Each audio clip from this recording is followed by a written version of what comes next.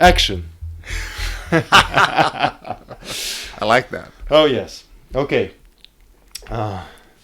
Dennis, it's rainy outside, so that's why I'm all wet. And it's, I guess, your last day. Tomorrow you're leaving Maui, right? I'm going back to Hollywood. Yeah, going to go back and hang with Amy, my wife, and we're going to go see Wednesday You have the premiere coming. premiere of 1917. Mm-hmm. Yeah. Are you excited about that?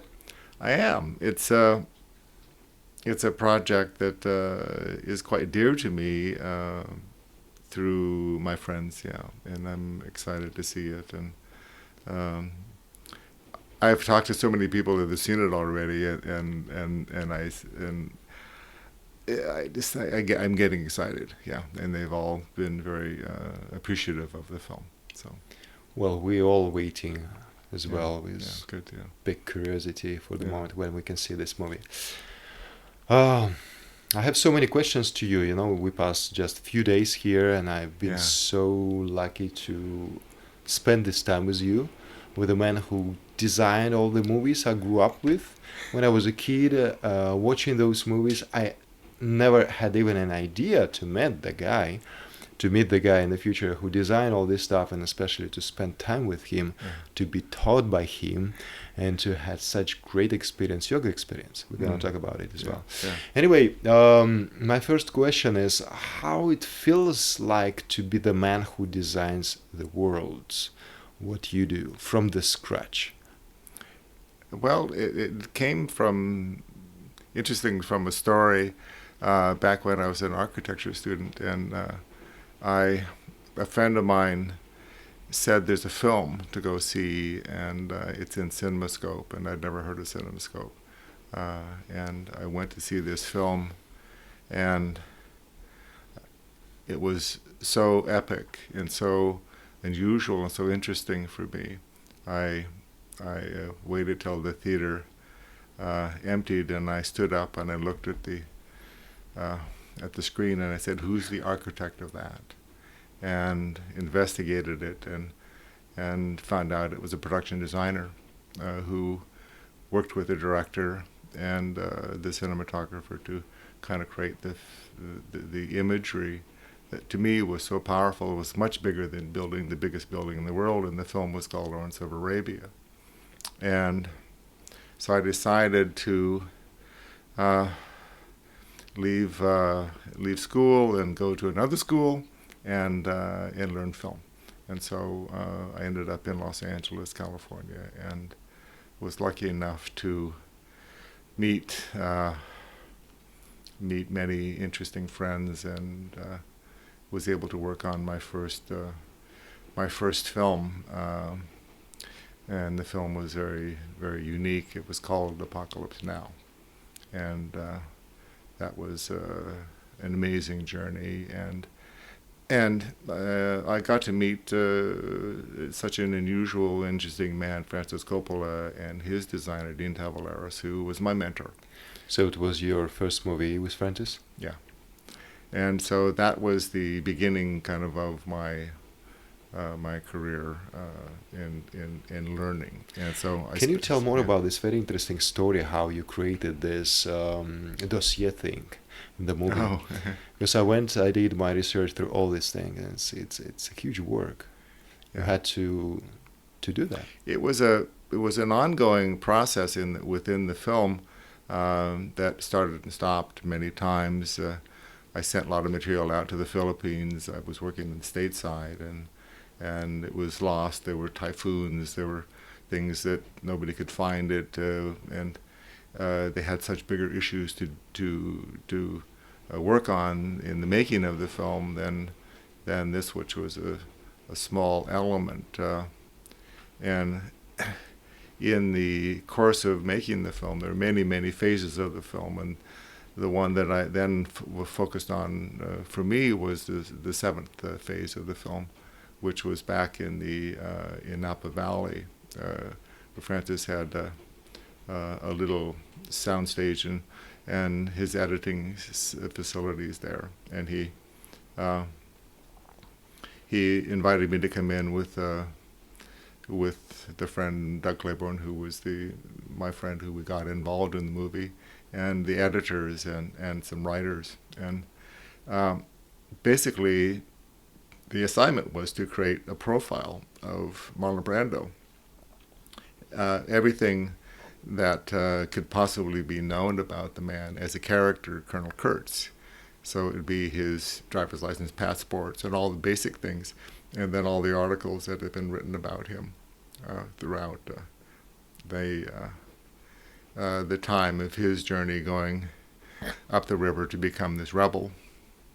And Martin Sheen, who was the man going up the river and got these documents through the CIA,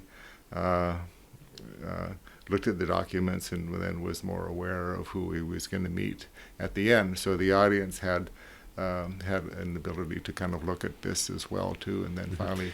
For those who maybe forgot the movie, so this dossier goes through all the movie. Correct. Yeah. From the very beginning. So when Martin Sheen starts to describe this personage that he needs to find. Yeah. So it's incrementally, but it's just enough information so that the audience is aware of who Brando is, and so it was an amazing thing to do, and the pressure on me as a young designer, because I was the fifth person in the art department and luckily had graphic design skills, and I was able to manufacture all these things, and then we shot it. It was fantastic. It was really interesting to see it. Tell the story how you, during the first screening, saw your name. Francis invited me to a screening in his house. They had about 25 seats, I think, in the theater, and I came in early and I sat down, and Robert Duvall came and sat down next to me, and Bob Spiota, who was the president of the company, came on the left-hand side and sat down, and everybody else came and sat, and we watched the entire film. It was the long version of the film. And when the dossier started to come up, there was one scene where it said, the article was in Newsweek magazine, and it said, Colonel Kurtz under fire. And underneath there was the byline of the author who wrote the article, and it says, by Dennis Gassner, which Francis had asked, just put your name, all the names of the people in the room, so we didn't get sued. And so arbitrarily I just put names in when they had these articles. I had no idea that this was going to end up being an ultra close-up. And it was about 15 feet on the screen. And I just started to shrink in my chair. I mean, I said, I'm never going to work in Hollywood again. I'm done. I'm finished. I'm toast. And Bob Spiota leaned over and he nudged me. He says, hey, Dennis, you have a bigger credit than Francis. And then I just shrank into like a nothing, a little speck of nothing. And I seriously thought I would never work in Hollywood again. But nobody knew who I was. I was just little Dennis. Another big, I would say, epopea film that you worked for is Waterworld. Yes. And I know one you like. The one that's probably the first movie you worked for that I saw. Later I watched others, including The Apocalypse Is Now. So could you say how all this could be possible? Because when you watch this movie, you think how they made this, because you build all that stuff from scratch. Yes, yeah. It was a very, very big job. When Kevin Costner, I'd worked on Field of Dreams with him, and he asked me if I would take this on, and I said no. And he said, come on, you have to do this. He said, basically, nobody will ever get to make a film like this again. The computer world is chasing water. They're chasing lots of things, all the imagery, but it wasn't ready yet. And so we're going to have to build it in reality. And it was monumental, not only in just conceiving the year 2500, but and the combination of the artistic side of the approach to the design, but also then the physical side of it was extremely arduous. you ended up using all the steel in Hawaii. We shot it in Hawaii on the Big Island, and we ended up using all the steel in Hawaii and had to bring in steel from the mainland because just to build the set that had it had to be certified as a vessel. We had 350 people on the set as extras and actors, and enormously complicated in so many ways. But we finished it and we shot it, and it all worked. Well, I don't want to talk primarily about the movies because everybody can check this information on the web, and of course you can talk about it wherever. And one of the purposes why we do this interview is that it's going to be the material that I hope will help me to organize that meetings and maybe to invite you to Moscow next year to the film festival, student film festival, which is gonna be in October, the late October, in VGIK. It's the biggest film school in Moscow. So I hope it's gonna happen. And my wife already said yes. So maybe if she I said think we're yes, going. she mentioned that she already is looking for the tickets. It's good. It's good news. Anyway, could you please tell which of 3 Bond movies that you worked for was the most challenging one? Well, the first one always is that was Quantum of Solace. Mark Forrester directed it. I remember getting a call from my agent, and my agent said, "They want you to design the next James Bond film." And I said, "Oh, really?" I said, "Well, what do you mean they want me to design?" He says, "No, that's what they said. They want you to design it."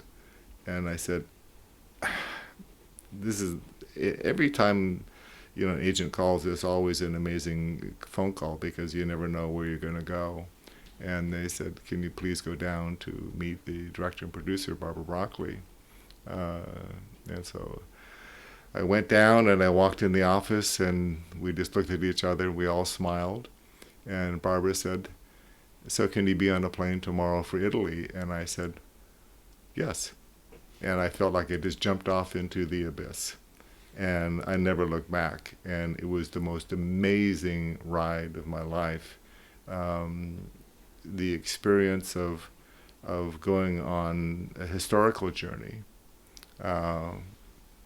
looking back in all the Bond films. Of course, I watched all of them, and I was the first American designer to ever design a Bond film, and I came at it probably from a slightly different perspective than a lot of people that were wholly more invested in some way or another. I don't know, but we approached it in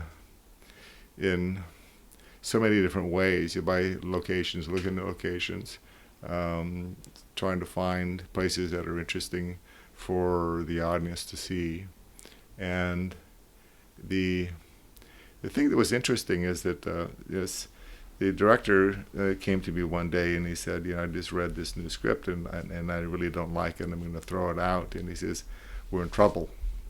And I said, "Yes, I understand that, but we're not really in trouble. We have one thing."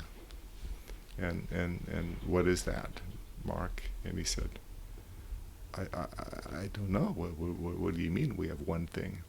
I said, "We have Daniel Craig." And I said, "Let's look at that face, that amazing face, real chiseled in that, and his face is just so full of language and blue eyes.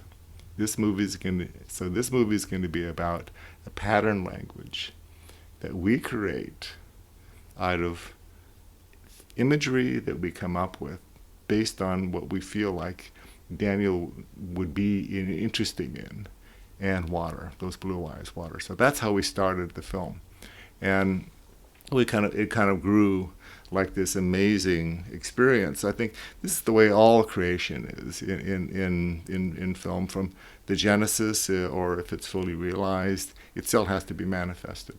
And so we went on that journey together, and it was a great journey. And then I got to re-meet my good friend Sam Mendes on Skyfall and Spectre, the other two Bond films that I worked on.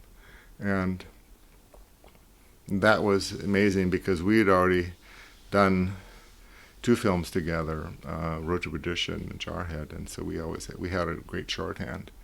And so we laugh a lot together and kind of intellectualize things, and those films were much more easy to negotiate through that. But they were still searching for stories and searching for imagery. The Spectre was probably the hardest. Skyfall, I thought, was an immaculately interesting film. I thought it ticked all the boxes of what I think Bond. Daniel was amazing in it. The environments I thought were really wonderful, and of course it was Sam driving the narrative. The harder one was Spectre. It preceded that, and Sam also did. And so, cut 3 years later, and I'm in London with Sam, and we're sitting in his office, and he looked at me and he said, "Well," and I said, "Yeah, well, what are we going to do?" And he says, "I knew you were going to ask me that." And he said, "Okay," he says, Can you do this? Just do this for me. Find me something hot and cold." I said, "Good. I'm going to go to Switzerland and Morocco. I'll see you in 3 months. Goodbye." And so I went off on this journey, and I looked and looked and looked, and brought back imagery, and through that imagery, all the story points that were being circulated around through Barbara Broccoli and Sam and the writers and so on, started to crystallize as they found the images, and they saw the images. Oh, we can use that there and that there. So Bond films are very mercurial. They're because there's so much information historically. You really are looking for new territory. So my job is to see the film first. So I'm the first one to see the film. I see it, and I see it put together, and then I create it in a visual form, and then I present it to the actors. Daniel will come in the office and he'll look at it, and with Sam and Daniel always, he laughs. He comes in, he looks at me, he says, "Well," I said, "This is going to be a tough one." He goes, "I can see that." and we always have a good time. The experience is great. You have to have a good time in this business, or it can be almost too much sometimes. When you work in 3 films in a row with the same director, with the same actor, how changes the experience when you need to build a new film? But you know already the people you're gonna work with. Does it help you? Of course, yeah. I mean, having Daniel as a constant, we knew that then that would be the constant, and having Sam as a constant for Skyfall and Spectre was also great too. And Barbara and Michael Wilson, the producers, have been doing Bonds forever, and they're amazing people. So it's family. It's interesting to finally come to a Bond sequence of films where, starting with Francis Coppola, because Francis is Italian and Barbara's Italian, and I felt like it's family. You come, all of a sudden, I've arrived with my people. I'm not Italian, but you feel like you're embraced into a comfortable environment that can allow you to do your art through the creative process, and also the financial process, which is amazing to have the freedom that you have. But with that freedom comes the pressure to make it amazing. And so I'm always pushing to find the most interesting things that I can, because I said, will the audience like this? I see it, I go, oh, finally, look at that. And that's just so cool. That's gonna work. And I have to do 95 of those things to create and put that together to make the sequences all work. And so it's a huge task. I mean, my wife says, I don't. At the end of the movie, everybody looks at each other and go, "How did we do that? You know, I think how can we even survive another one?" But for some reason, because the length of them between are so long, you actually can recover. But they're amazing things to do. I know that you also worked with Aston Martin for creating that particular car for the Spectre. Yes, yeah. We've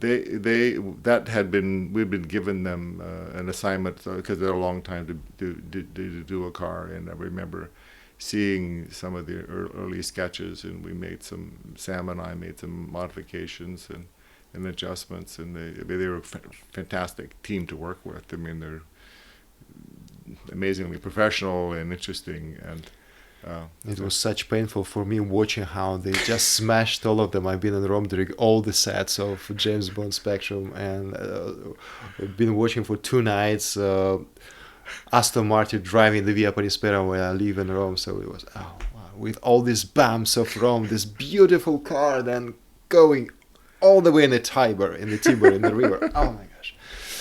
Anyway, speaking of cars, are you proud knowing that you inspired Elon Musk for his last creature? You know, the art is the greatest flattery. You know, you just do your work, and if it inspires other people, that's great. You know, I think that's part of why I think we do the work as creators and artists, is to just inspire other people. And I'm happy that people can springboard off of that and say, okay, that's, I mean, everybody does it. You know, I say, well, in all my research, I say, find me the best of everything, and I want to look at everything, and then I'll just take a little bit of that and a little bit of that. It's like kind of going to the market. You say, "Ooh, that looks like it's ripe today. I'm going to make a nice dish out of all this." So it's very simple when it comes down to it, and I'm glad it looks like a very interesting vehicle. Yeah. Mm-hmm. I personally noticed some parallels between the last James Bond you worked for and the Blade Runner. Do you think might be, in terms of? You know, I never quite think about those things, because at the end of a film, all I want to do is not think about it. So I push delete, and that is basically erased from my memory. Unfortunately, 5 or 6 months later, people start asking me questions about it. You know, how did you do this and this and this? Mm-hmm. And you slowly kind of reboot it, but it's more of a fail-safe. It's not. I don't correlate anything with anything. I mean, the original Blade Runner really goes back to, the 2014 goes 49. Goes back to the original. You have to find some essence of that. It's and take that one little drop and put it into our equation, and that grows into a feeling of some sort. Mm-hmm. And then, does it help you when you work for, like, for example, Blade Runner, and you have the previous design already built? That helps you to build a new world? It's kind of continuously. Well, we ended up using the Terrell building, because it was, you know, just imagine that building. Now, the Terrell building, of course, was derelict. We turned it into a very derelict building, and then we built the building behind as this bigger effigy. So it's storytelling historically, and so that at least you have that link, and the audience has a little bit of a link back to it. But it also has to work kind of on a standalone. So you just need to know that it works that way. The homage to the original vehicle was manifested through actually a one word. When I asked our director Danny Villeneuve, I said, I have one question for you. When we first met, I said, can you describe the movie you want to make in one word? And he paused, looked at me, and he said, brutality. I said, good.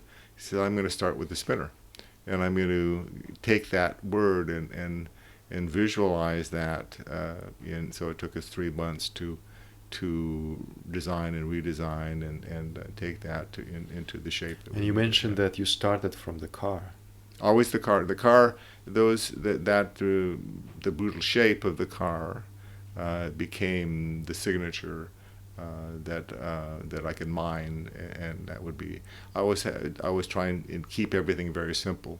Common denominators that people that can go throughout the art department, and those foundations then are very strong because those have been thought about, and we then can springboard off of those. Such a great experience. Well, we're in the property of Tom, your dear friend Tom Sewell now, and so much art here around. We're surrounded by arts, and so many things happen during these few days that we spent together. I'd like to speak also a little bit about we'll come to the musical experience, but let me ask you a few questions about yoga experience, because I know it's one day became a very important part of your life. 38 years ago, I came here to go to a yoga room, the House of Zen, with Nancy Gilgoff and Tom. Tom was practicing there, and I was recovering from very strong disease, and I needed to kind of mend myself. And I sat and watched. I'd been an athlete my whole life, and I came into this room, and I looked, and I said, "This is impossible. There's absolutely no way can I do this." And kindly, Nancy sat me in a corner and says, just look every day, just look, and then we'll see when it's time for you to start. And my third day, she looked at me and she said, "I think you're ready to start." And so I started.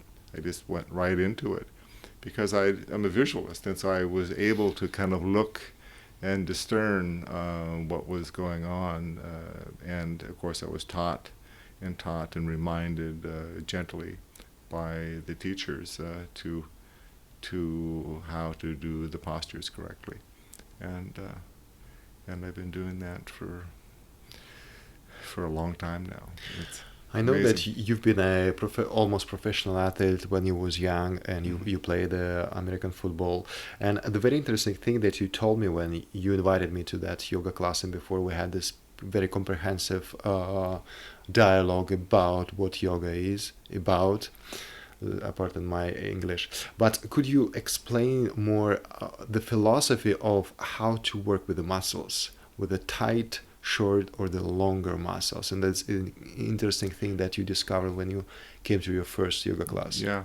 Well, I had built my body in a Western way, which were kind of short, fat muscles, which were bulky muscles, and I realized that through the process, because I was restricted because of that the tension in the muscles, that that elongation is going to be my friend, but that's going to be slowly painful to kind of and release those muscles into a longer thin muscle from. So, and that was my transition in from Western into Eastern. So that's the Eastern elongation of movement and flexibility was something that I never knew as a child or growing up. And thanks to Tom and Nancy and all my friends here in Maui, that it's been a blessing to all of us to have such a practice that was brought back from Mysore, India, and now I think is very, very interesting to see how it's and all yoga is going throughout the world now in a very positive way. Well, now we're coming to my favorite part, music. And mine too. well, I'm glad to hear that. Dennis, I know that music is important part of your life. I know that you love to listen classical music, and I noticed that while driving with you around Maui in the car, you always keep listening the classical radio station. Have you ever had any musical education? Not really, no. I didn't grow up with a lot of music until I went off to university, which was a place where most people kind of start to free themselves up from the restraints of the family. And then, of course, it was the 60s. So everything exploded. I mean, a friend of mine said, there's a music concert this spring, and my brother has a couple of extra tickets in Monterey. Would you be interested in coming down with me? I live in Pacific Grove, close by, and this in California. And we were in Eugene, Oregon, at the University of Oregon. And I said, let me see if I can go. I'll ask my family. And they said, hesitatingly, yes. And so we drove down to Monterey in his 1932 Deuce Coupe, which was the coolest car in the world, and we got down there and went to a music concert, which I didn't know what it was. I don't think anybody, because it was really the first one in California, if not the United States, that presented the kind of artists that were presented. So I was lucky enough to see Jimi Hendrix, Janis Joplin. Which year it was? 1967. 67. Yeah. And so many people that just totally blew my mind. I know that Ravi Shankar also participated. And he was actually the last performance, which was really interesting. I'd never seen an Indian man before, or certainly heard one. He came out on stage with this really funny guitar case and opened it up, pulled this funny guitar out, and started playing. And everybody was in the audience, Hendrix, and they're all sitting there. And everybody started to slowly levitate off their chairs. I was kind of watching the whole audience. Felt like I couldn't sit. I was just like, this is the most interesting thing I'd ever heard. And he played for about 45 minutes. I mean, long. It was just like we were just kind of in this. Was just sitar solo, or they usually? He had a tabla, I think. Tabla. Yeah, and then I left, drove back to school, and I was enlightened. It was like, okay, there's so much out there in the world. And of course, then classical music was part of that. The Beatles, and then jazz. Then I hit jazz, and it was just music has been exploding throughout my life. And I realized kind of one thing that was something, and it actually came through the yoga practice, was that the music could get inside me, and the only way to get the music out of me was to dance. And so the music vibrations, as I continued to do the yoga practice, got bigger and bigger and explored more. And I mean, to me, classical music is the most powerful in some strange way, because then once you know the history of, like, this was presented to people when they had nothing to look at. It was, they had art to look at, but there was no cinema behind it. There was no experience. The stories that were told through the music was the most mind-boggling experience. So, and I kind of learned how to go through history and learn and understand that. Have you ever tried some yoga classes with classical Indian music? That's one thing. Some people, there's a lot of music, but that's the Ashtanga practice is a very old school Concentrated. way. So. It would be a distraction, I think, yeah, because it's a very isolated thing. It's very disciplined, and the music really is inside your body. So it's mostly you're listening to yourself. Probably they mostly use it for the meditation sometimes, right? Sometimes, yeah, exactly. Going back to the movies, I always had this question that I wanted to ask somebody who really work deeply in this industry. For you personally, when you design the movie, the film, so you're the first person, as you mentioned, who watched the film.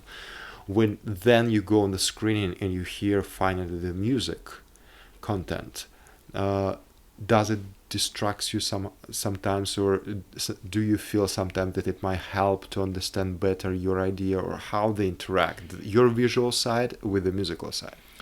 I never think about that until, again, it's like yoga.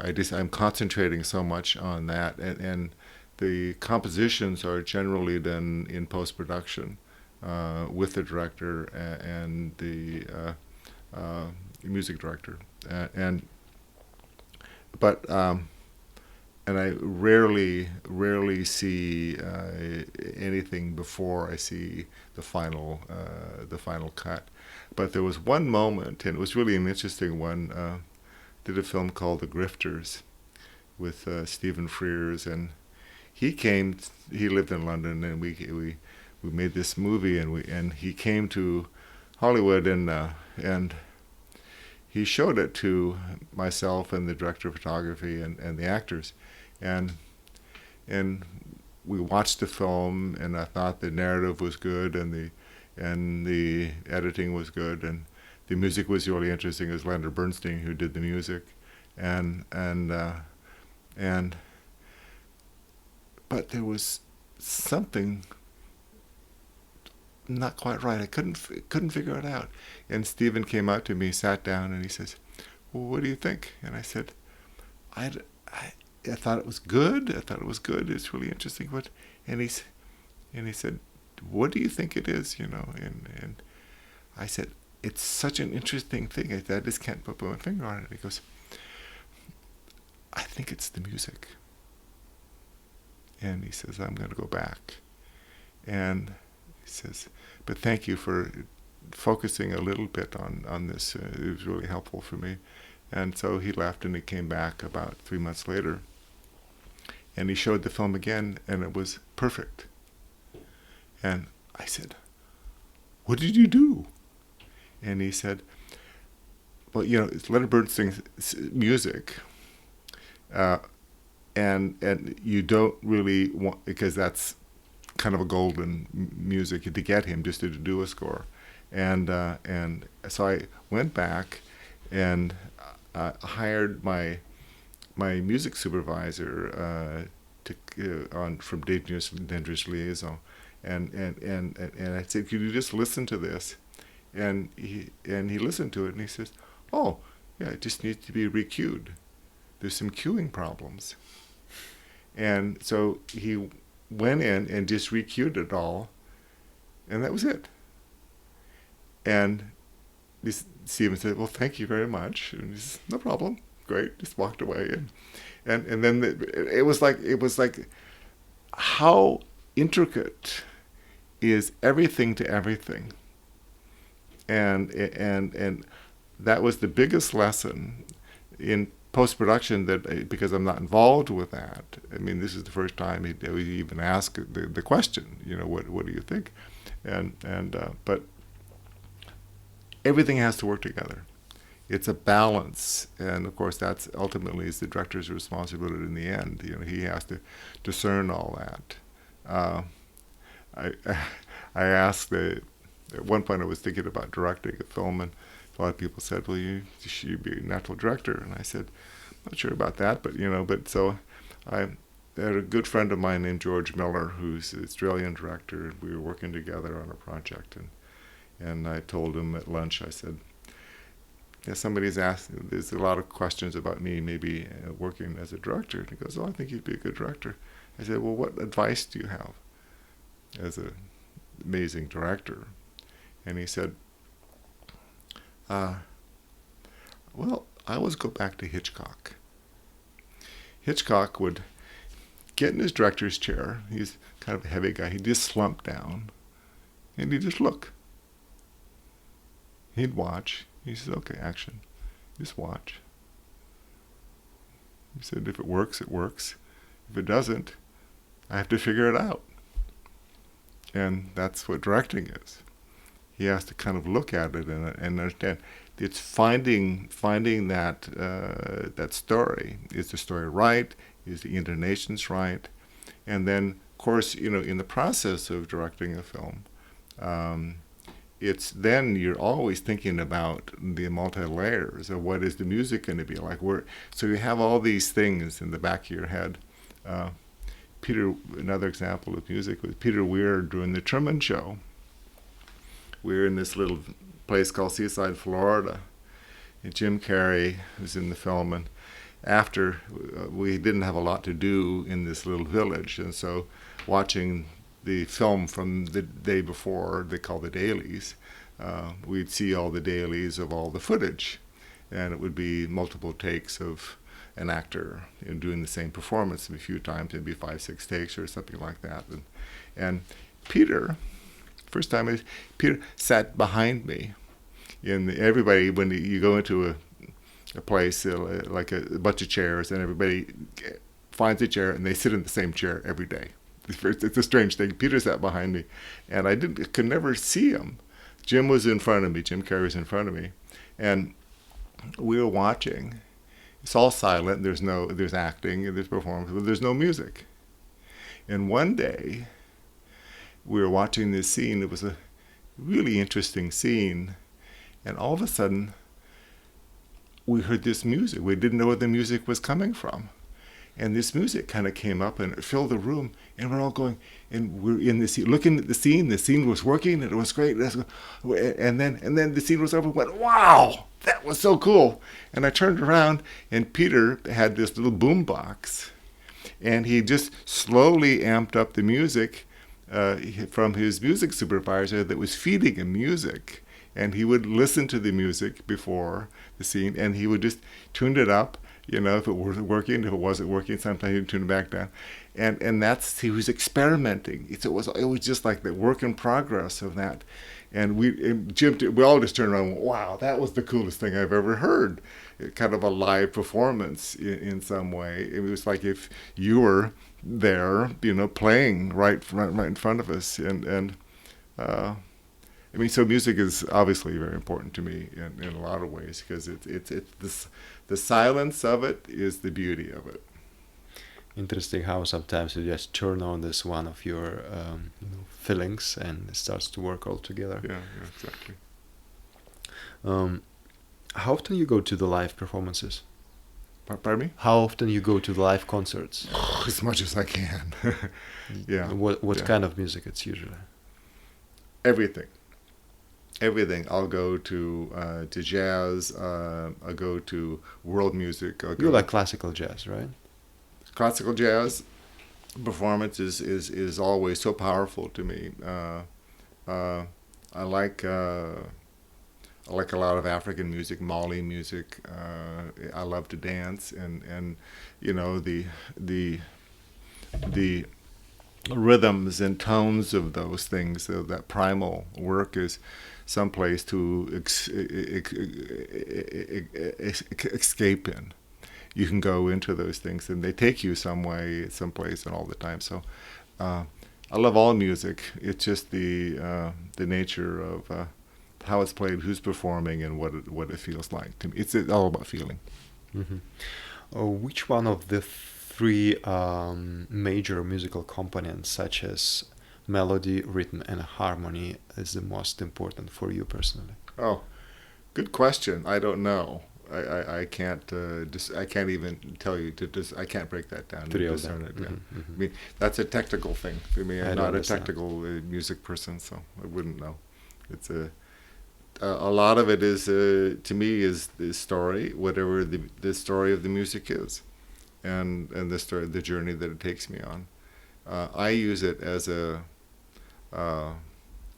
place to escape, and because it does get inside me, and as it moves inside me, I can become somebody else. I can become whoever I want to become at that point. I have no idea what that journey is even going to be, and the music can take me there. Mm-hmm. I think I already asked this question once, but I don't remember your answer. If we imagine that, for example, you're in very melancholic situation and you have a little bit of time to not think about anything, just to relax, what kind of music would you put to listen? No music. No music.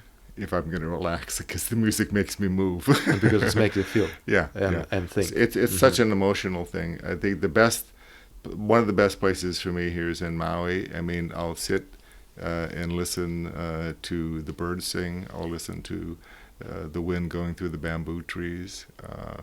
That's just natural order of things, and that's calming, but also stimulating, but not in a way that has been presented.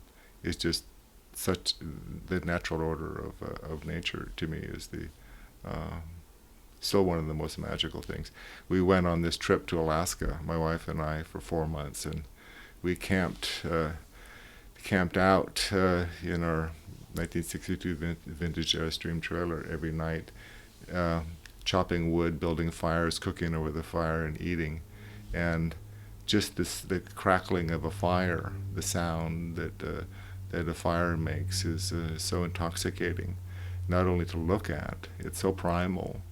So going back into that, because I spent so much time traveling on airplanes and staying in different hotel rooms every night and traveling in cars, and it's just to have a foundation, the strength of something that's simple and primal to me is probably one of the most beautiful things. Mm-hmm. Very interesting. The last question before we move to the Blitz. You've never been in Russia?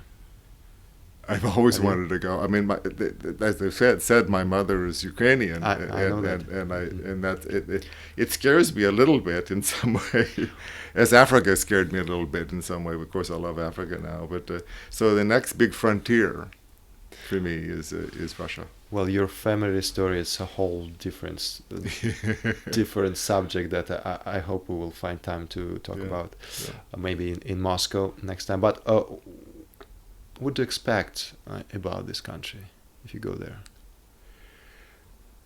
Well, I expect amazing history, and I mean, for me, I always go back into the old ways.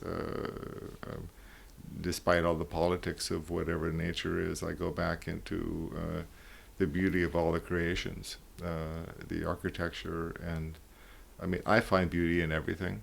So everything that I think has been created that has lasted time is beautiful. Even things that haven't lasted time.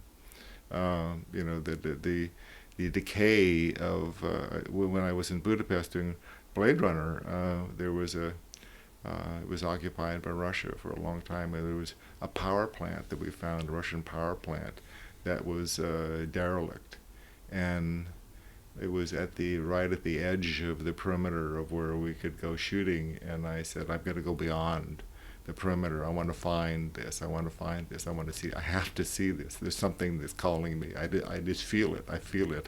We have to go. And so I pushed the limit, and we went, and we got there, and everybody went, oh God, this has to be in the movie. I said, yes. And that was the juxtaposition of the power of something that worked to heat an entire country. And I don't remember. I mean, they burned like 60,000 tons of coal a day to create the power, and the system that was created was this cacophony of things, and then it was all decayed, and we saw this, and it just blew everybody's mind, and I mean, that's in the film. I mean, that's my job in my life, blowing my mind. I like to blow my mind a lot. Well, it's time for Blitz. I ask you short questions. You may answer as you wish. Okay. When you start to make movie, what comes first? Story. When you go to the director and ask him question, what this movie about? What are you expecting to hear? The unexpected. I know you practice meditation often, so when you listen to the music, it's also kind of a meditative process. So what comes first for you, the sound or the silence?